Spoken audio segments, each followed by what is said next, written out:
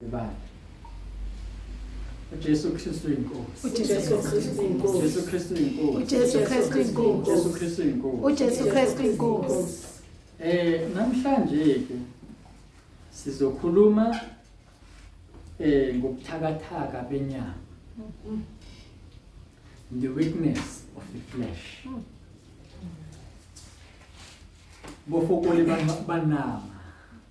Ngazi noma ngisho kahle yini. Bukuwa banama. Awu, hayi bukuwa banama. Hayi, siyabonga. Ngathi sikuba ngonyana kancane namhlanje isitswana. Mase kushola amagama lapho bukuwa banama. Hayi siyambonga uNkulunkulu sizofunda ke incwadi kaGenesis chapter 3 verse 6 no verse 7. Le ndaba esizoyifunda ke inemfihlakalo enkulu. uNkulunkulu amagama namagama awafakile eBhayibhelini uwafake ngenhloso ethize, uyazi ukuthi uwafakelana. Inxoleleke ngizokhotha kakhulu ke ngesilungu ngoba ngiprepare ngesilungu. Kodwa ngisho ukuthi ngizohlanganisa ke isilungu nesintu. Ngixoleleke ngaba ngifaka isintu esiyisitswana uma benginaso manje ke anginaso. Okwamanje inkosi ayikaka ngiphi kodwa mhlaziyana yangipha amakuhle kuyo. Hayi ngizokhuluma ngesitswana. uJesu Kristu inkosi. Ngomithanda izongipha. uJesu Kristu inkosi. Yeah. Genesis chapter 3 verse number 6 no verse number 7. Number ke icilongo number 191 sisetshisa ke sisavula ama elokuza iBhayibheli thwaye inhlanhla angazi noma siyalazini kodwa ngizozama ukuqala ngithanda lapha ichorus la khona yeah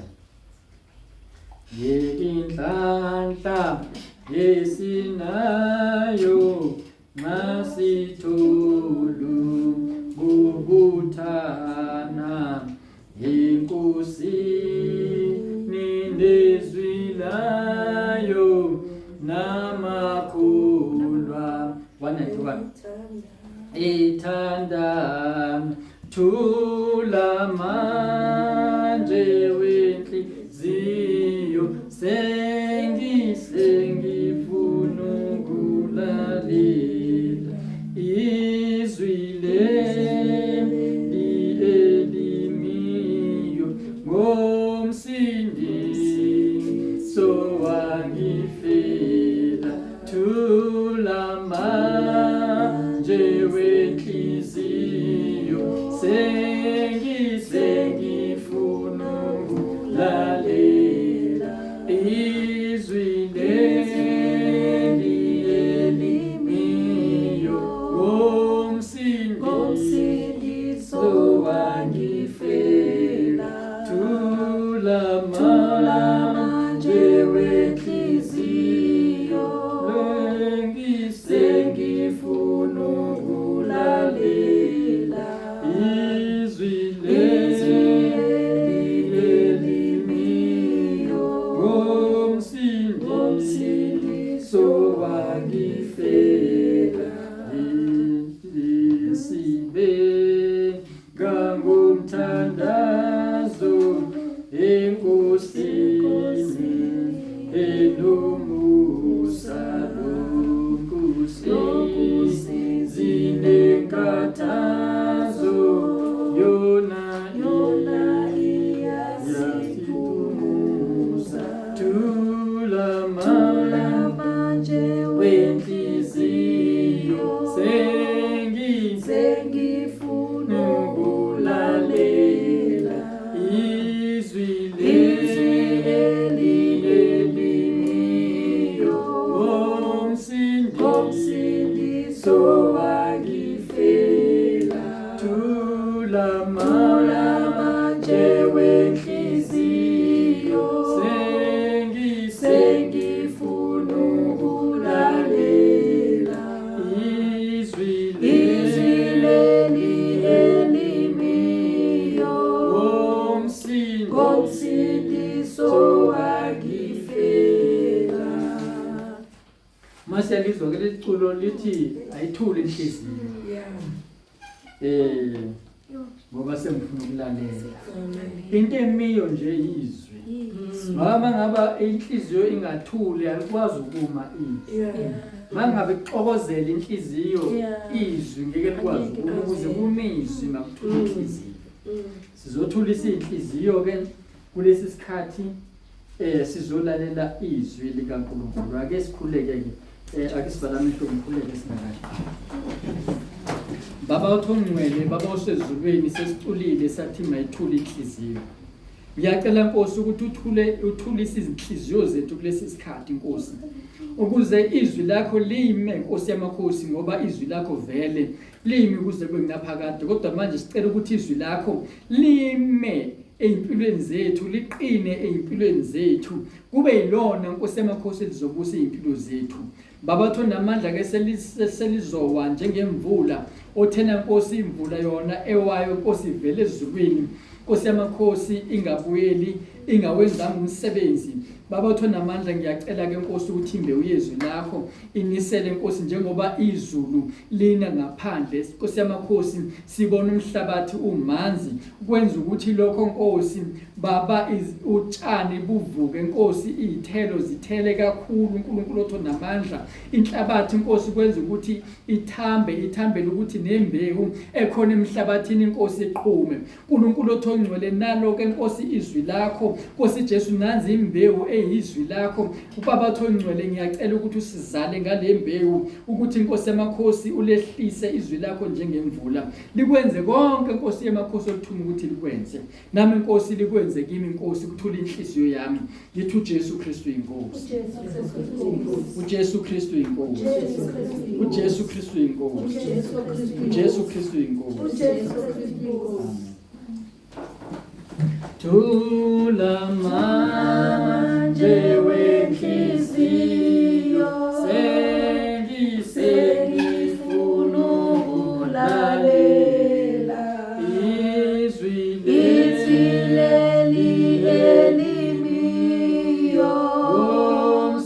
ngomsindiso wangifela thula manje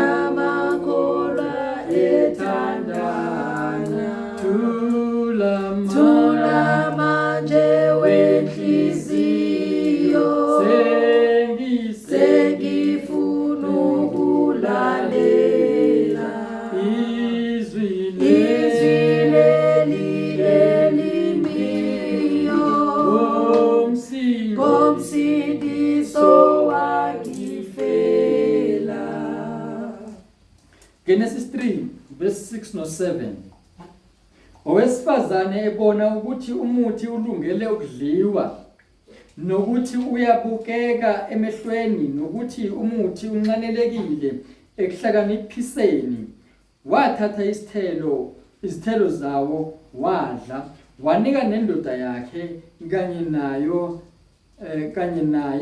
nayo yadla ayisevuleka amehlo abo bobabili babona ukuthi bahambaze bathunga amaqabunga omkhiwane bazenzela izibhinqo inkosi ibusise ukufunda kwezwi layo So when the woman saw that the tree was good for food, that it was pleasant to the eyes, and the tree desirable to make one wise, she took of its fruit and ate.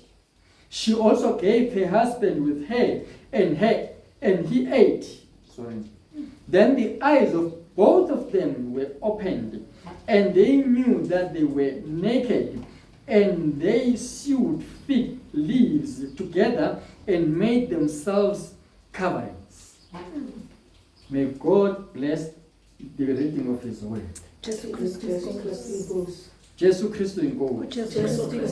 Jesus Christ is Lord. Jesus Christ is Lord. Jesus Christ is Lord. Jesus Christ is Lord. Jesus Christ is Lord. Jesus Christ is Lord. Now, le ndaba esesizwile sifunda la sithola owesifazane ubona ukuthi lo muthi unqanelekile ekuthaneni umenze umuntu ukuthi makahlakaniphe. Ngamanye amazwi into eyam entertainer la ukuhlakanipha into ayifuna kakhulu. Into ayifuna kakhulu ukufana noNkulunkulu. Amanga ayewatshelwe nguSathane lapha kuverse 4 no 5. Sathane ke uyiqili. Ukhuluma kumuntu into aziyo ukuthi uzothanda ukuthi umuntu ayizwe. Yabona ke nina abantu besifazane ninenhlalo kodwa futhi nineshwa. Ake ngiqale la enhlanhleni. Yabona uma ubheka amabandla cishe wonke adominatwe ngabantu besifazane kodwa futhi abantu kakhulu abasetshenziswa uNkulunkulu ukushumayela ivangeli abantu besilisa. Kwenziwa yini lokho? Inyoka yakubona yakuphawula ukuthi umuntu wesifazane ugood ekulaleleni. And umuntu wesifazane mayilalela ulalela abese ebheka ifuture. Abese mayikholwa lento ayishoyo lo okhulumayo ukuthi izomlethela ifuture enhle. Abese alandele enze ngoba uthenjiswe ifuture. Umuntu wesifazane ke lo. Uma umuntu eshumayela amthembiso wesifazane noma umuntu ukuthi mangabe wamkela inkosi uJesu uzofumana ukuphila okunaphakade ubuse impilo yakho yonke bese umuntu wesifazane akwamkele lokho abese bona ukuthi kanti ngiyazibambezela ngale mpilo kanti kune future engimele uma ngabe ngilandela inkosi uJesu hayi ngiyaphenduka. Bese ke baphenduke kanjalo ke kanti indoda yona uzothi usuyitshenile ethi le future ongitshela ngayo ukuthi ngikuphila wawuphi wena lokho kuphila unaphakade ngoba indoda isebenzisa kakhulu logic. Wawukuphi waba khona lokho kuphila akithi mina nawe siyaphila sonke. So lento ikhulumayo hayi angizwa kahle mina. Angiyamkeli. Ngobani indoda isebenzisa ilogic kanti owesifazane ubusisekile ngoba uhamba ngokukholwa ngento ayizwile angayibonanga. Bese ethi inkosi uJesu babusisiwe abantu abakholwa bengabonanga. Bese ke kusho ukuthi kuyibeka engcupheni ke indoda ukuthi ngenxa ukuthi ayibonanga yona igijimisa ukubona sikubona lokho nakuye ethe sengumfundi kaJesu uThomas. Athi hayi mina ngizokholwa base ngimbona nithi uvukile ngimbonile bembethele esiphambanweni ngaphinde ngambona futhi bengcwaba senizongitshela uvukile nina. Hayi indoda ke leyo yikho ngamadoda eyingcosana endlini kaNkulunkulu. Kodwa manje ishwa kumuntu wesifazane ngoba ngithe banenhlanhla abantu besifazane kodwa futhi baneshwa. Ishwa ukuthi noma eseqamba amanga lokhulumayo akabe selandeli wesifazane othi ake ngiqhathanise lo oyishoyo nalo bengingayizwa ngaphambili ngathi khona ukushaya amanzi. Akabe salandela. So inyoka iqamba amanga wesifazane yakhona. Yikho abesifazane behlale bekhulelwa bengashadile. Ingenxa ukuthi kufika izinyoka ezingamadoda. Fika inyoka eyindoda ithi ngiyakuthanda. Yeah. Avela kholwe kwesifazane ukuthi umuntu uyangithanda ngempela naku ngijinile. Hayi. Bese omunye zamtshela ukuthi futhi uzomshaya. Abe sethi kodwa ke khona ke kufanele asidlule khona. Hayi athaya phela manje uthi uzongishada. Kushuthi ongithandile. Manje sabuvuka ukuthi kambe siyaqala manje uyazimajina manje uyazicabanga lo wesifazane sekunomuzi nalo baba lona vele usemkhulile ukuthi uyangithanda. Ngisho noma sekufika omunye okhuluma into efana hayi yabona lo mtshene kahle uzwe kahle. Akasamlaleli omunye umuntu. Kangangokuthi ngisho noma wakhe ekhaya akasamlaleli. Usesha amashushu nje noma buwakhe usengaze equtha noma bengathandi kuyokha amanzi uzowakhela nje uthi awubona lo othe uyamthanda. Ubengathandi ngedolobheni kodwa useyela nje lo othe uyamthanda. Angaze aphume ngefastela ebusuku. Yeah. Ngoba inkinga yakhe yini ukhona umtshenile ukuthi uyamthanda ukhulumela endleleni. Yabona umuntu wesilisa akadingi nokuthi aze bemuhle ukuze athande umuntu wesifazane. Cha. Inkinga nje wesifazane. Okay. Yeah. Kanti futhi inhlanhla yakhe ikhona futhi endleleni. So umuntu wesifazane ke lo. Kodwa ke isihloko sethu sithi the weakness of the flesh. Oh Jesus. Masa zama ukukhuluma ngale ndaba noma siveza ukuthi kahle kahle umuntu simbamba isitha mase kwenze njalo. Ngoba umuntu uyiziqweni. Kodwa kukhona la isitha esimbamba khona ila kufanele sicebisane khona ukuthi sizokwenza kanjani ukuthi isitha singasibambi ngoba ikhona indawo noma ikhona indlela isitha esisibamba kuyona na kanjani. And iBhayibheli lithi leyo ndawo leyo ibuthakathaka. Ukube kweBhayibheli lokho asikwazi ukushintsha. Ake siqale sibheke ukuthi ke uyini umuntu uqala. Ukuze sibheke iweakness yakhe ukuthi ekuphi sengivele singichazile ukuthi senyameni ngoba ngithanda the weakness of the flesh. But sicacise noma siyibheke kahle iweakness yomuntu ivele kanjani izibe khona. And le weakness yohlala ikhona. Ngisho usungumzalwane yohlala ikhona. Ngeke izingabikho iyohlala ikhona nje kuphela kunento ekumele siqaphele. So ake sibheke ukuthi ke uyini umuntu. Uma sibheka ke lapha ku Genesis 1 verse 26. Kuthiwa khona uNkulunkulu wathi masenze abantu ngumfanekiso wethu basifuze babuse phezulu kwezinhlanzi zolwandle nezinyoni zezulu nezinkomo nomhlaba wonke nezilwanyana zonke ezinokuzelayo emhlabeni. Ake sibheke ke u26b ke manje. Sorry, u26a. Uthi then God said, let us make man in our image according to our likeness. uNkulunkulu wathi masenze abantu ngumfanekiso wethu basifuze babuse ngumfanekiso wethu basifuze. Masenze abantu kodwa la ngesilungu kuthiwa masenze umuntu. Umuntu la ngesizulu kuthiwa abantu kodwa la esilungwini kuthiwa masenze umuntu. Masenze umuntu kusho uNkulunkulu uthi abe ngumfanekiso wethu.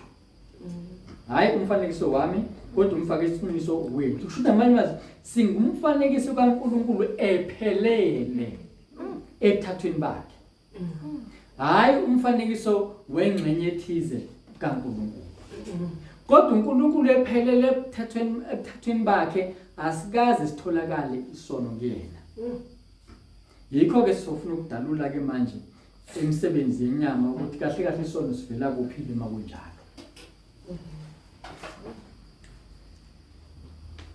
Abesethi-ke according to our likeness. Ushuthi ileyo naleyo ngxenye kaNkulunkulu kufanele sifane nayo.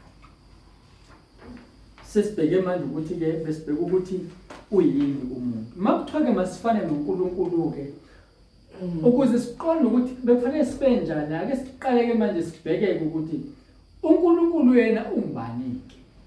Ngoba mangaba ngathi kufanele ufane angilinganise nengonyama, ungakazi uyibone ingonyama, awazi ukuthi kahle kahle kufanele ube njani. Mangithi kufanele ufane nobaba wakho, wenza izenzo zikababa wakho kanti awumazi ubaba wakho, uzodide kuphela, ngeke ukwazi ukufana nobaba wakho. Ngeke ukwazi ukwenza njengobaba wakho. Kodwa kufanele uqale umazi ubaba wakho ukuthi ungubani, zithini izenzo zikababa wakho, wenza izinto kanjani ubaba wakho ukuze wena ukwazi ukuthi wenze njengaye. Yingakho inkosi uJesu yeze emhlabeni. Ijulile-ke indaba yokuza kwakhe emhlabeni. Weze emhlabeni, usethi-ke mase semhlabeni, ongibonile mina, umbonile ubaba osezulwini.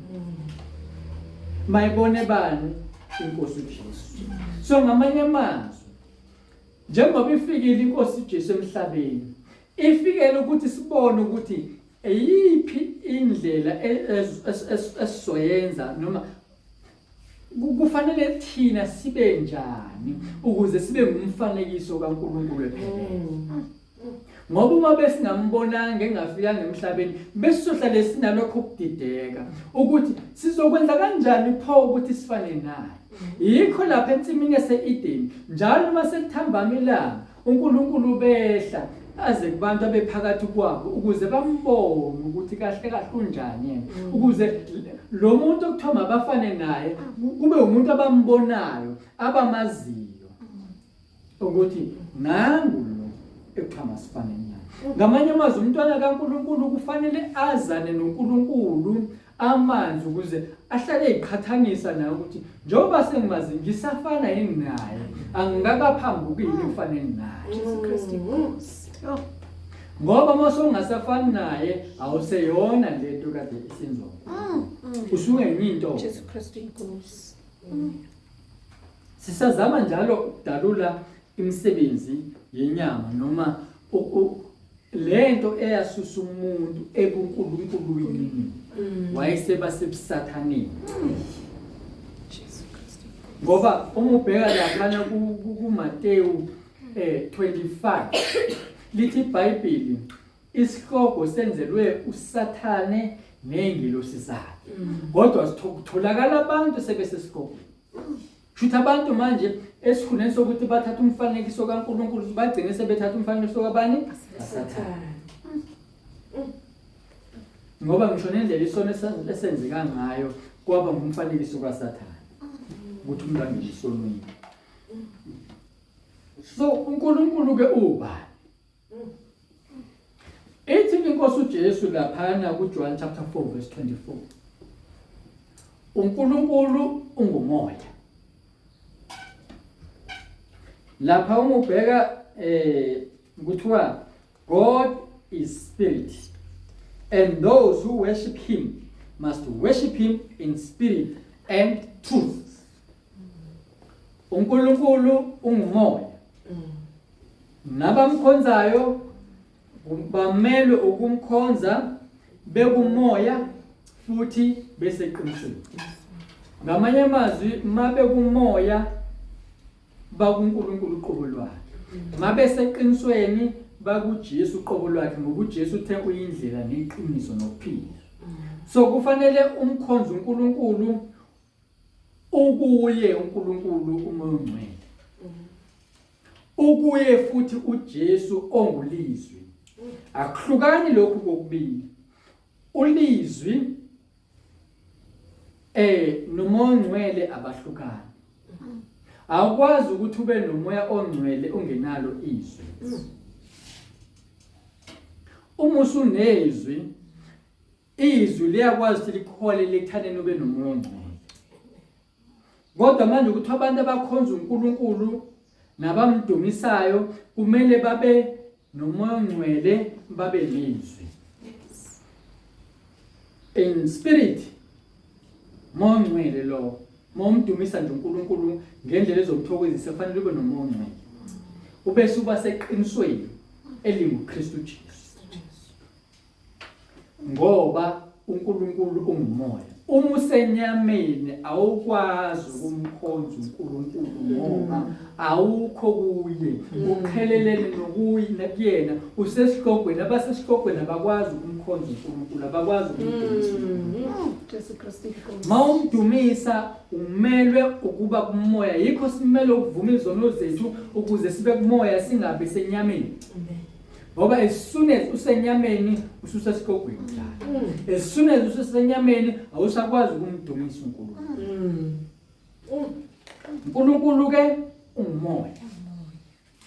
Now uma ke uNkulunkulu engumoya kusho ukuthi umuntu uma engekho kumoya akaseyena umfanekiso kaNkulunkulu. Yini ke enze umuntu abe ngumfanekiso kaNkulunkulu kanti? Uma ubheka lapha kuGenesis 2 verse number 7 kuthiwa uJehova uNkulunkulu wambumba umuntu ngomhlabathi, waphefumulela emakhaleni akhe umoya wokuphila. Yini enza umuntu uNkulunkulu waphefumulela emakhaleni omuntu umoya wokuphila? Ngamanye amazwi ngaphandle komoya kaNkulunkulu umuntu akaphili. Yeah. And kuze kube namhlanje ngaphandle komoya kaNkulunkulu umuntu akaphili, ufile lo muntu. Umuntu ubulawa ukuthi akanaye umoya ongcwele. Ileyo nto ke bulala umuntu. Ngoba kwaseqaleni umuntu akaphilanga ngaphandle kokuthi uNkulunkulu aphefumulele umoya wakhe kumuntu. Yikho ke kwafika inkosi uJesu. Kodwa ke sisazofika ekuthaneni ke yini ke enza ukuthi uJesu mayefika emhlabeni kuchitheke igazi lakhe. Kunemfihlakalo la egazini. Akafika nje namanzi afika azosigeza nje. Cha igazi lona esigezwa. Now sesitholile ke manje ukuthi kanti uNkulunkulu ngumoya. And nangaphandle kamoya kaNkulunkulu umuntu ufile ngoba kwakuyisidumbu sabunjwe ngomhlabathi. Wayesephefumulela umphefumulo wakhe uNkulunkulu. Bese lithi iBhayibheli ke umuntu wayeseba ngumphefumulo ophilayo. Awukandalayene ke lokho. Umuntu wayebaseba ngumphefumulo ophilayo. Now makuthiwa ake ngifunde la ngesilungu makuthiwa uNkulunkulu sorry umuntu wabeseba ngumphefumulo ophilayo. Ukuthi leli Bhayibheli ngiphathela akuyona King James le original. Ayi kunezinto engazibiki kahle njengalendlela eyeKing James. Kodwa ke lapha ku verse 7 ngesilungu u7b 12 breath into his nostrils the breath of life, and man became a living being. But ngokwe King James kuthiwa and man became a living soul. Into ukuthi umuntu abe ngumphefumulo ophilayo uphefumula kaNkulunkulu, ephefumula umoya wakhe ophilayo kumuntu. Ngaphandle kwalo moya ophilayo owaphefumulelwa uNkulunkulu umuntu waqhubeka noba isidumbushi. Yize noma edalwe uNkulunkulu kodwa ufile. Kodwa manje uNkulunkulu ukuze afa ukuphila umuntu wazifaka yena uNkulunkulu kumuntu ngoba uNkulunkulu yena ungukuphila. Ngithi isho kanjani inkosi uJesu? Mina ngiyindlela neqiniso lokuphila. Futhi ngamanye amazwi uJesu lo ngokuphila engumoya ongcwele futhi wazifaka kumuntu ukuze umuntu aphile. Mase ngaba engasekho kumuntu umuntu usale efile. Jesu Kristu inkosi. So now therefore a man without God's spirit is not in the likeness of God. Is not. because akasafani noNkulunkulu. uNkulunkulu uNkulunkulu ophilayo, asikho isithunzi sokufa kuye. But now mayesefile umuntu akuyena umfanekiso kaNkulunkulu ngoba uNkulunkulu akafi. Futhi ngesikhathi kusukuma kaNkulunkulu kumuntu kuphela ukuba umfanekiso kaNkulunkulu. Sekuphelile njalo. File lo muntu lo. Therefore a man without God's spirit is dead. Now therefore a man can only live if he has the breath of life from God and not from flesh. The breath of life from God. Now, uma sekuseleke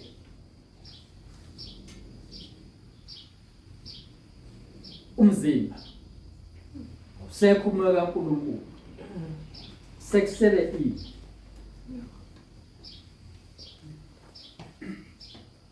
sekusele umphefumulo usakhona kodwa kusewona umphefumulo ophilayo. Lo mphefumulo usaphila nomzimba usazofa. Mphefumulo ukhona kodwa usaphila. Usufile umphefumulo. Now, umbuzo ukuthi ke, how do we lose God's likeness?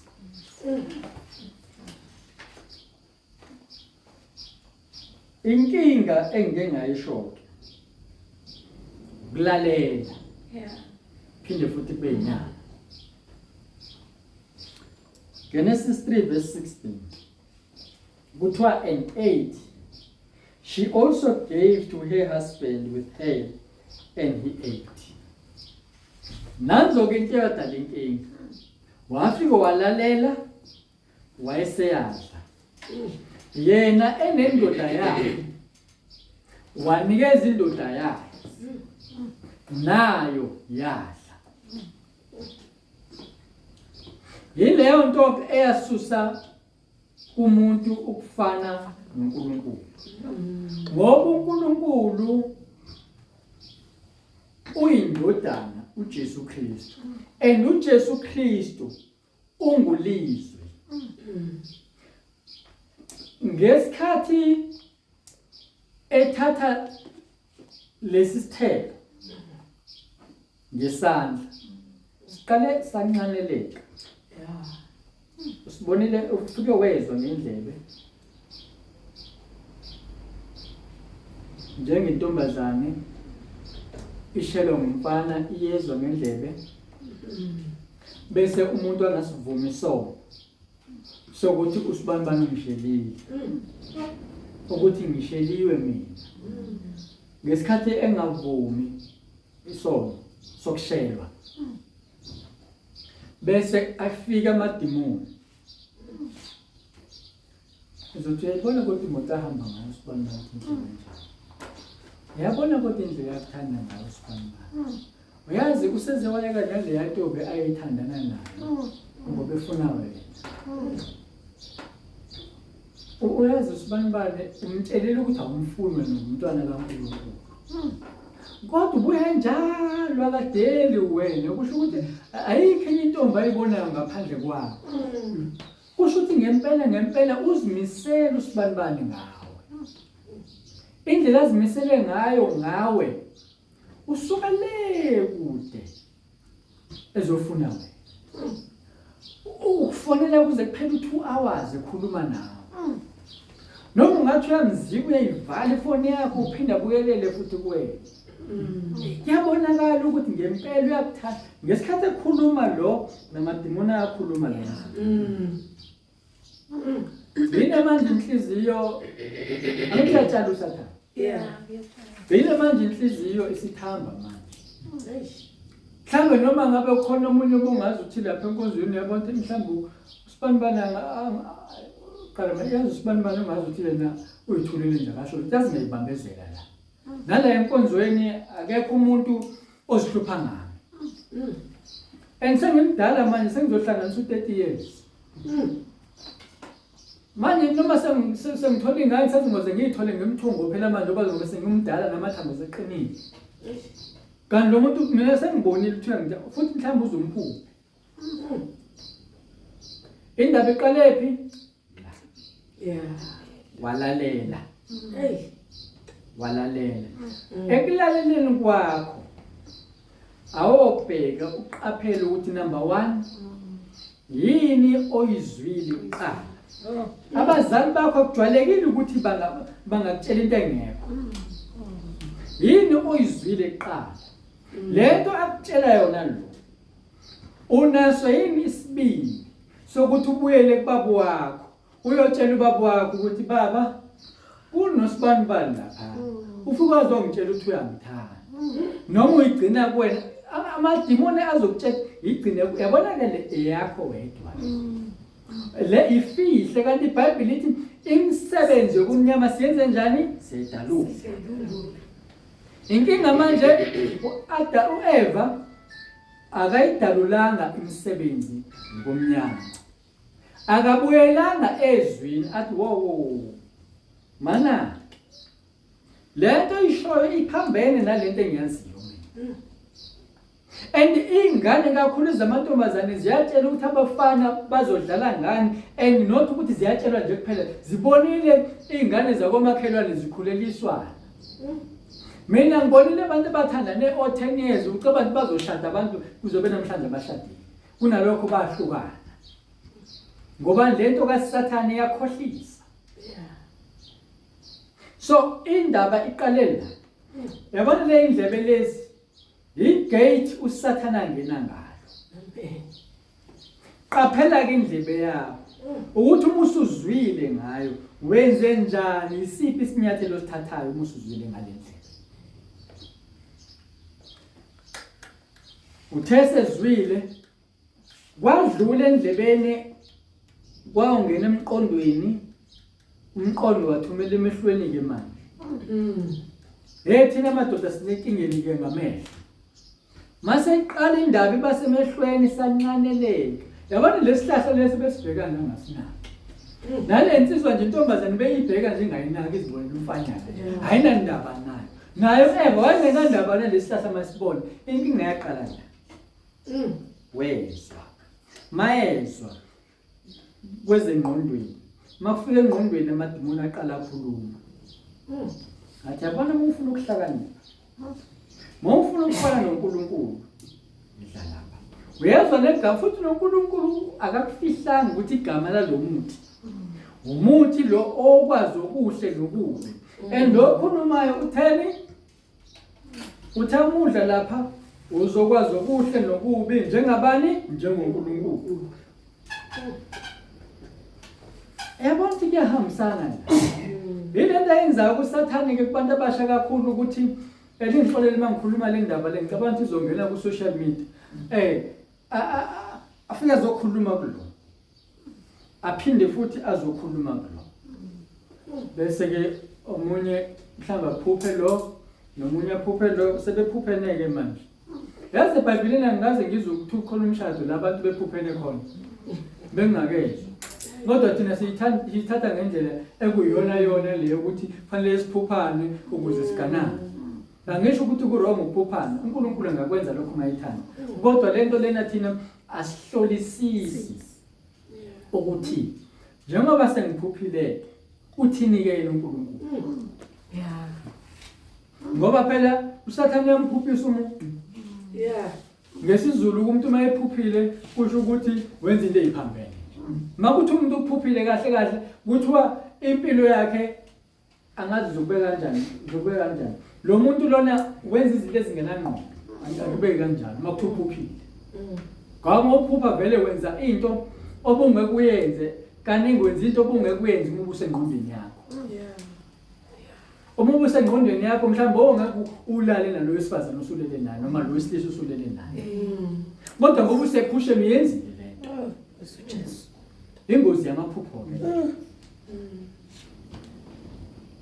manje ke sisakhuluma ekuthaneni ke indlebe lwesifazana usezwile kwase kuzongena emehlweni mase kungena emehlweni Adam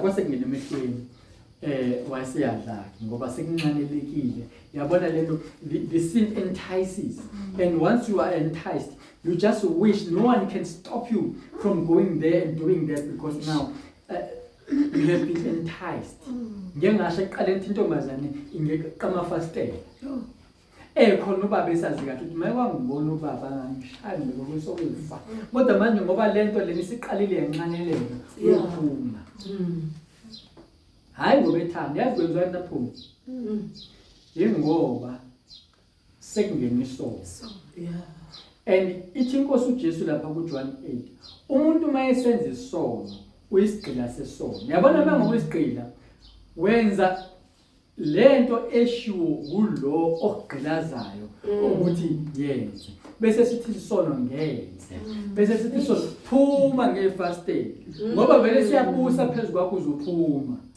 uzophuma ungathandi yabona uzobona untombazana umosifazane athi mayethunywa ngubaba wakhe nomama wakhe sekuqala ukuba mnyama uthi awuhambe uyothenga isinkwa laphana esitolo sokuthi hayi ngesapha cela uzongiphelezela hayi ke kusokuzohamba ke iqembu lonke ke la ekhaya ke lihambe liyothenga lesinkwa kodwa mhlazane endodeni ake saphi hayi kuyaphela ukwesapha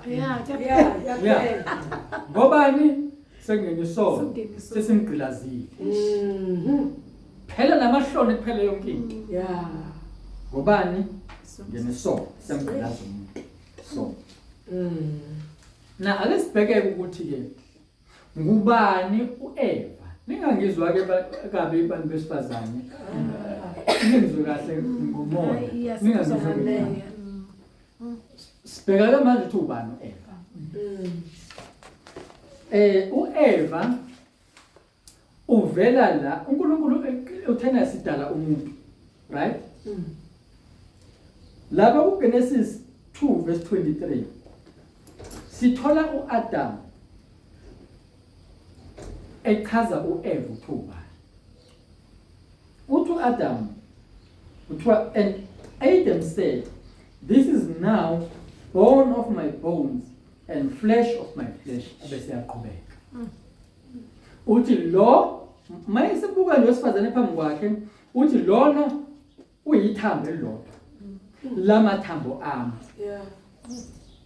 kusho ukuthi angithi uNkulunkulu wathatha ithambo lakhe ubambo lilodwa wabese zolibuyisela selungu-Eva uthi uAdam ke lo wesifazane uyithambo lamathambo ami aphinde abe yinyama yenyama yami kusho ukuthi kahle mina Adam asengiphelele ngino-Eva sengumuntu kabe sesithi ke masithi iBhayibheli ngenxa leso sizathu ke wayesethi this is a woman now mathi this is a woman uNkulunkulu uthi let's make a man uthi Adam this is not just a man but this is a woman ngamanye amazwi indoda le enesibeleto ngesizulu kuze kuthiwe indodakazi shothi leligama lobudoda alipheli umuntu esifazane ngoba laba bantu bayinto eyodwa yikho kungashiwe eBhayibhelini ukuthi ngone uEva kodwa kuthiwa kone umuntu oqala ngoba umuntu oqala uhlanganisa noEva phakathi right so uma echaza ke uAdam umveza uEva enyama bese uPetru athi hlalisanani nomkenu ngokwazi ukuthi bayisitsha esinjani esibuthaka kungakho ke inyoka yeza uEva ngoba ibiqonda ukuthi uEva uyile ngxenye yenyama kuAdam azongena ngayo so now uSathane ungena kumuntu ngengxenye yenyama ngeside lenyama akakwazi ukungena ngelinye iside ngaphandle kweside lenyama sonke isono esikhona singene nje ngaleli side lenyama asikho singene ngakolunye uhlangothi ngaphandle kwalesi sika Sathane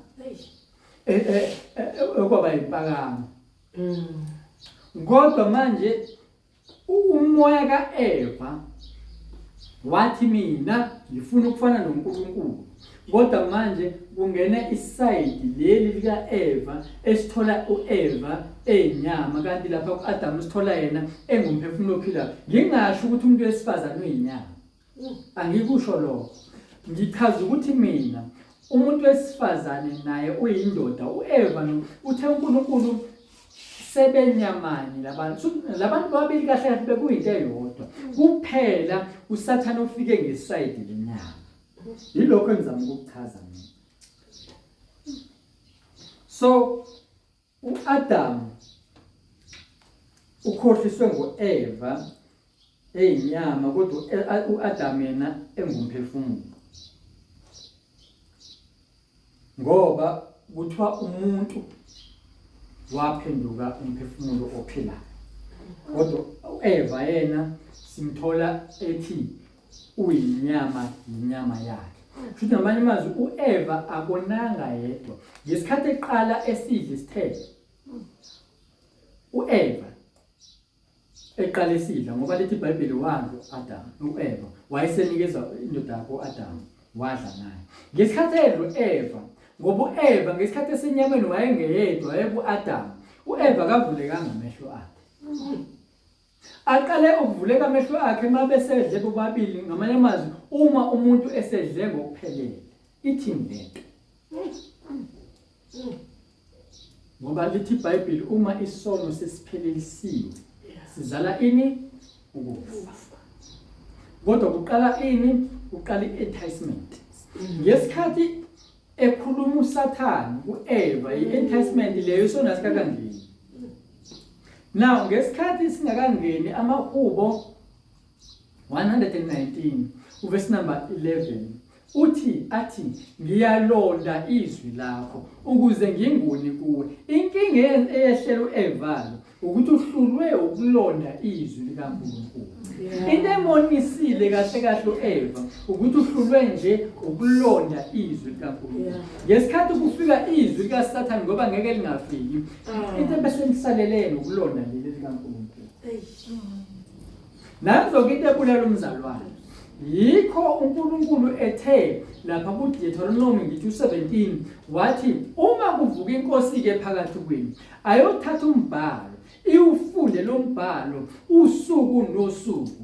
Wathi kuJoshua amazwi alesi siprofeto makangasuke emlonyeni wakho kodwa ozindla ngawo ubusuku nemini. Inkinga manje kaEva uthema itshelwa ngalesi sihlahla akangazindla ngamazwi kaNkulunkulu wazindla ngesihlahla. Qaphela ukuthi uzindla ngani. Waqala wazindla ngalento izwayo uzogcina usuyenza. Waqale wazindla ngalento oyibonayo uzogcina usuyenza. Qaphela imizindo yakho. Ulalelani? Uzwa ini? Ubona ini? Uzindla ngani uma usulalelile? Uzindla ngani uma usubonile? Okusalayo ngiyaqinisekisa ukuthi ngeke uzungezwa. Abantu behleba. Bahlebe ngomunye umzalwane. Uzindla ngani ke ngalomzalwane ozwa behleba ngaye? Ngalamanyalo wabonayo uzindlani wena usuwabonile amanyalo. Yabona uma ngabe uDavid unele wabona wesifazane engagqokile. Wayese wabuyela ezwini likaNkulunkulu ukuthi lithi iBhayibheli ungafisi unkamakhelwane wakho. Uma lalikubuyelelo lelo zwi wayosinda. Inkinga wafika wabona. Akufika amadimoni athi awuphinde ubuke futhi. Walalela idimoni leli lithi awuphinde ubuke futhi. Wabuka okwesibili yathatha inkanuko. Jesu. Yaqala yathatha inkanuko ususengozini enkulu. Yathatha inkanuko. Uma isithathile seqala amadimoni asiyakhuluma. Ngesikhathi ekhuluma amadimoni alivale ngci izwi likaNkulunkulu.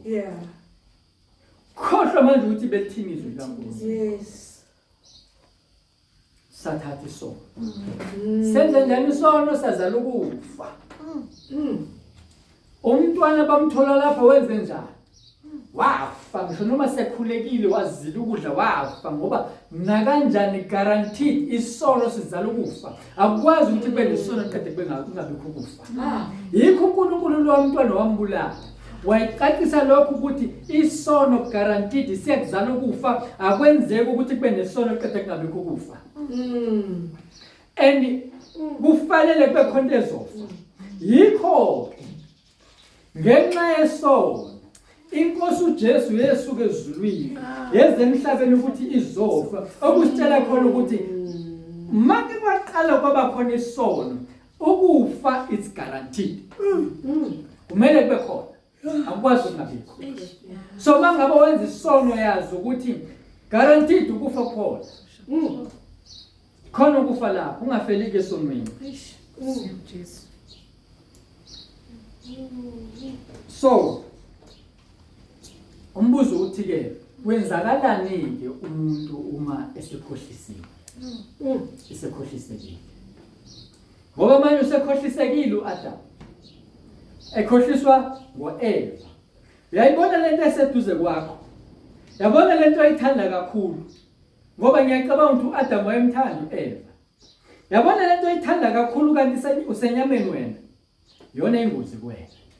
Uyoyithanda kakhulu. Ngoba uSathane uzongena ngayo kuwena. Sathane akakwazanga ukungena eyena kuAdam.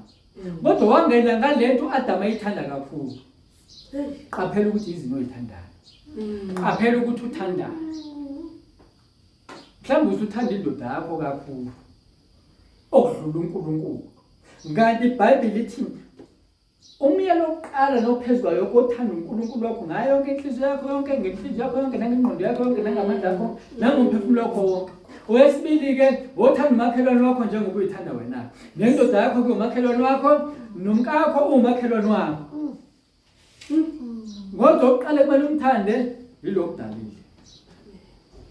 Manje uAdam wehluleka ukuthi ethande kakhulu lo amdalile. Wayethanda kakhulu lo uEva. Mayesethande kakhulu uEva naye uEva uwe ngokulalela. Naye uAdam wawangane ngokulalela. NoSamson uyiswe yini ukulalela. Ulalela abanye owesifazane. Owesifazane ulalela banena izitha amaFilisti. Ngoba nakho lokhu ukuthatha izinto zasezweni. Ngoba wathatha ezweni phela uSamson. Izwe ke lase liyafika ke lona. Mase lifikile ke izwe endlini ke lizothatha. Besabheka ukuthi kwenzakalani umuntu uma esekhohlisekile. Sesizogcina ke manje. Sengikhuluma isikhathi eside, ngithanda ukukhuluma isikhathi eside. Into yokuqala eyenzakalayo the person loses God's covenant. Oh, kusema. Umuntu ulahlekelwa ukwembathiswa nguNkulunkulu isembatho sikamoya. Ngoba umoya ongcwele uyena owembathisa umuntu kwelikamoya. Umuntu wembathiswa ngumoya ongcwele bese kuphambi kaNkulunkulu uNkulunkulu ubona umuntu owembethe. Naye umuntu mayebona omunye ubona umuntu owembethe, akaboni ukunquma ma umzalwane wakhe ungcwele, unomoya ongcwele nalo unomoya ongcwele. Ngoba labantu ababili uAdam noEva bebengaboni ukuthi banqunu ngobani babe nomoya ongcwele, babembesiwe ngumoya ongcwele. So ke ngithi mina umuntu mayesekhohlisekile ulahlekelwa isambatho sikaNkulunkulu. Okwesibili into eyenzaka kumuntu odukisiwe uyabaleka ebusweni kaNkulunkulu noma uyasuka ebusweni kaNkulunkulu. Siyathola lokho kuGenesis 3:8. Runs away from God. Okwesithathu, that person blames God. Ma uNkulunkulu ethi-ke, hawu, Adam ngafika phela, ngithi ngizonivakashela, anikho la nginibeke khona. Yeah. Kanti niphi? Yeah. Uthini? Hayi sengivele ngacasha. Sicashile. Hawu, ucashile kwenze njani? Hayi sibona into isinqumo. Ubani okutshela ukuthi unqobo? Ngabe udlile yini kulowo muthi? Yabona lo muthi lo, uyena lo muthi okutshela ukuthi unqobo. Yeah. Uyena lo muthi okususile isambatho sakho, okususile umoya ongcwele. Lo muthi udlile ususa umoya ongcwele kuwena. Wasala manje usushame. Yeah. Usunamahlobo. Usungasafuni ngisho ukubona uNkulunkulu, ungasafuni ukubona abanye abantu, ungasafuni ukubonwa. Usengazi ukuthi ungacaca. Ngenxa yesono sakho senzile. Ihlazo lenzile. Uyazibona na ukuthi wenzile amahlazo. Awufisi ukuthi kube khona yedwa umuntu ongawabona lamahlazo wenzile. Sono ke leso. Sesingenile. Umuntu ablame uNkulunkulu ke ngoba uNkulunkulu mase qala ke manje ethi ke asilungise indaba. Usho kanjalo uIsaiah 1:18. Uthi woza sithethe indaba. Yeah. Noma izono zenu zibomvu njengegazi. Kodwa wozani sithethe indaba. Manje uNkulunkulu ufika yena ke uzothetha indaba. Hey. Umuntu sebalekile.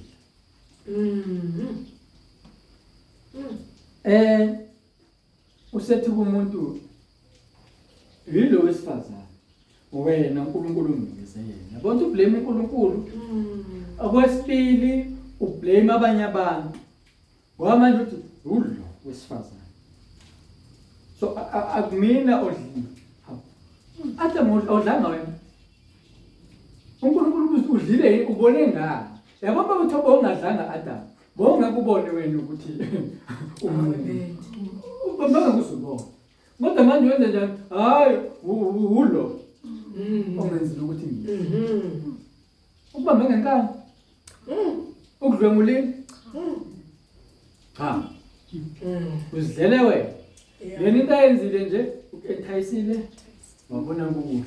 Ngadla wena.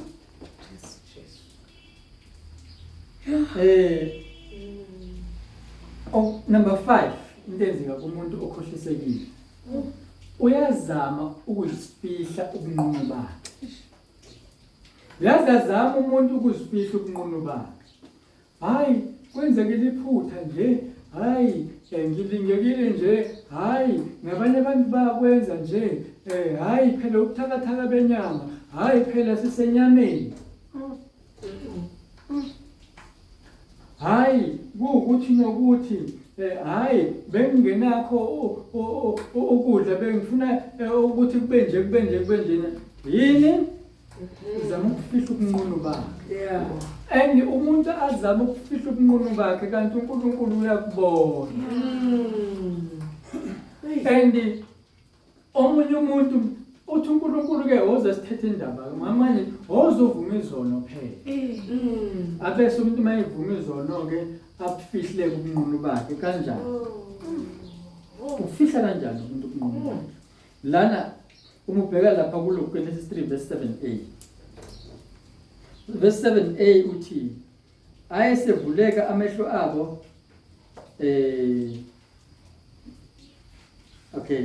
ayesevuleka amehlo abo bobabili babona ukuthi bahambaze bathunga amaqabunga omkhiwane. So 7b bathunga amaqabunga omkhiwane bazenzela izibhinqa. Now indlela umuntu ayifihla ngayo uyifihla nje still kusabonakala ubunqunu bakhe. Yeah. Ngoba manje bathunga amaqabunga bawuthunga ngani? Ngiyacabanga ukuthi mhlawumbe bathathe ezinye izinto bathunga lamaqabunga emkhiwane still sebathungile kodwa uma kufika umoya uyabonakala ubunqunu bakhe. Uma kufika izilwane kuyabonakala ubunqunu bakhe. So ngamanye amazwi basenqunu kodwa bona bazame ngokwabo. umuntu sefanele awuthethe indaba noNkulunkulu alungisa indaba yakhe noNkulunkulu avele ke azama ukuzifihla kunqunu bakhe ngamanye amazwi isono sakhe sikhephezulu angasivumi kahle yilento eyenziwa ibona ukuthi uyazikhava ngalamaqaba ngokuthi akabuyeli uNkulunkulu hankosi senginqono ngiyacela ukuthi ungifihle sikhava uzama ngawakhe amandla ukuyifihla kanti ngawe yakulo mdali le abemenze ukuthi abe nesambatho athi ngicela uphinde ungiphe isambatho ngilahlekelwe isambatho kunabazalwane abaningi abalahlekelwe isambatho bahamba banqunu phambi kobuso kaNkulunkulu ngoba umoya ongcwele akasekho kulabo bantu nawe besisakhuluma ke ekuthenini kwenzakalani kumuntu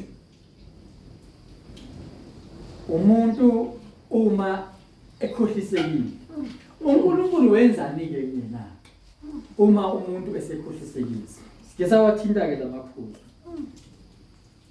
into eyenza uNkulunkulu uya kumuntu amfune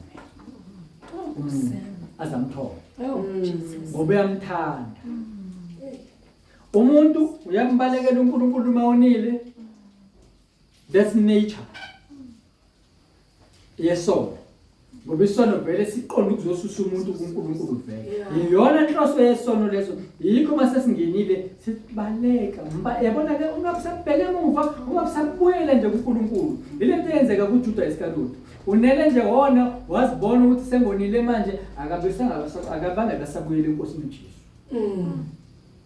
wabaleka wazobona hey yazi inkosi uJesu ngisangaphinde ngiyibone into ezongisiza la ngcono ngivele ngiyibulala ngobani ubalekela inkosi uJesu ubalekela umdala umuntu mayeke wangenwa isono nje uyambalekela umdala inkosi uJesu ke yamfuna ke lo muntu maselahlekile ngoba la siyatholwa lapho kuGenesis 3:9 ya mosifunda lapho kuGenesis 3:9 kuthiwa ngepha uJehova uNkulunkulu wambiza uAdam wathi kuye uphina uyamfuna zambiza mmemeze njengoba kuhlala kushunyelwa nje uyomemeza imphefumulo elahlekile uNkulunkulu ayibona into elahlekile athi sibani uphi angisaboni ngoba umoya wami ongcwele usekho kuwena uphi na ngitshela ukuthi uphi ngiyakufuna la ukhona bese kuthiwa verse 10 athi ke wathi ngizwe izwi lakho ensimini ngisaba ngokuba ngihambaze ngalokho ngacasha yabona ke unele wezwi likaNkulunkulu wabaleka ngumuntu kongenwe isono ke lo uyalibalekela izwi likaNkulunkulu akalifuni umuntu ongenwe isono izwi likaNkulunkulu unele ezwe nje lisikhulunywa la liyokhulunywa la yabaleka umuntu ke ongenwe isono ke lo kodwa uNkulunkulu uyambeleselela amlandelele esebaleke njalo akasho ukuthi yabona usubalekile ngizokuyeka kanjalo ke salusufa kanjalo no uyamlandelela ukuthi akuzothethwa ke manje indaba lesisono sakhe understand abantu abathi singavunye izono uma ngabe uNkulunkulu emlandelele kangaka umuntu yaseyakhulunywa phakathi komuntu noNkulunkulu indaba yesono ukuthi kwenzakalani ekuqaleni Adam wenzeni udlele kwenzeke kanjani kwathi ukuthi uAdam ayilanda indaba asho ukuthi yilo wesifazane okay wena wesifazane kwenzakaleni kuwena hayi inyoka yabona isono siqhambe kanjani ukuthi siqale lapha enyokeni isakhuluma esangitshela ukuthi hayi kufanele ngenze lokhu nalokho iqala lapho hayi mina ngithole sengilele nayo usibani bale ngathola ingane abangavumile akuyona indlela yokuthatha indaba leyo indlela yokuthatha indaba kaNkulunkulu igcina indaba isiqalele lapha ekuqaleni yebo wena uyithola isili noma ngizothini uNkulunkulu ufika yena ezoyiqala la ukuthi okay sibani bani sikacaca manje uwonile but indaba ke ukuzofike lana iqale phi ila ngaleyo ndlela indlela yokuvumisa nonke leyo mase ilandiwe indlela yazikwenzakaleni uNkulunkulu ufika wamfuna umuntu ngoqala wayesekhuluma ngesono nesijeziso sesono yabona mona enhlaka uNkulunkulu ke akabe sakhuluma ke manje ngokufa usekhuluma ngesijeziso akhulume ngaso kulokhuza ku-Adam no-Eva.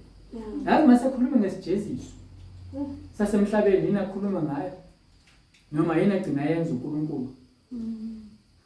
Ekuqaleni bebembethe kuMoya. Yasuka inkazimulo kaMoya bazibona ukuthi abembethe, right? Benze amaqabunga emkhiwane bazifihla but still bebesenqomo. Yazi ndenza uNkulunkulu wenze njani? Number 1, wenza sure ukuthi kuchitheke igazi.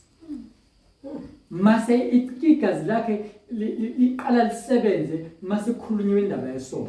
Yabona before kukhulunywa indaba yesono akukhona kodwa la likhona lelodwa ivesi ozokungitshelela ukuthi likhuluma ngegazi la. Noma likunikeza iqhubeko yegazi. Igazi liqala ukusebenza mase kwenze njani? Genesis 3:21. Thina Genesis 3:21 kuthiwa uJehova uNkulunkulu wabenzela uAdam nomkakhe iziphuku wabembathisa. Alisho ke kahle ke ngelokhuza ngesizulu lana ngoba ake sifunde la esiNgisini. Genesis 3:21. Kuthiwa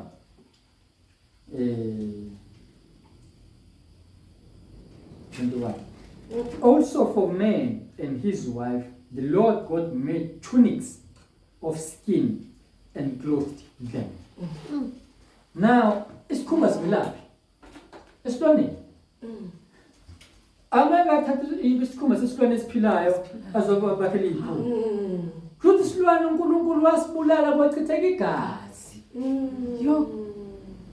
Indaba esegazini abesethi uNkulunkulu umphefumulo wento ephilayo uhlala kuphi? Egazini. uNkulunkulu wathatha isilwane esingenacala, esingenasici, wathatha leso silwane wathi ngcono kufe lesi silwane kunoma kufe laba bantu ngoba sesithethile indaba nalaba bantu.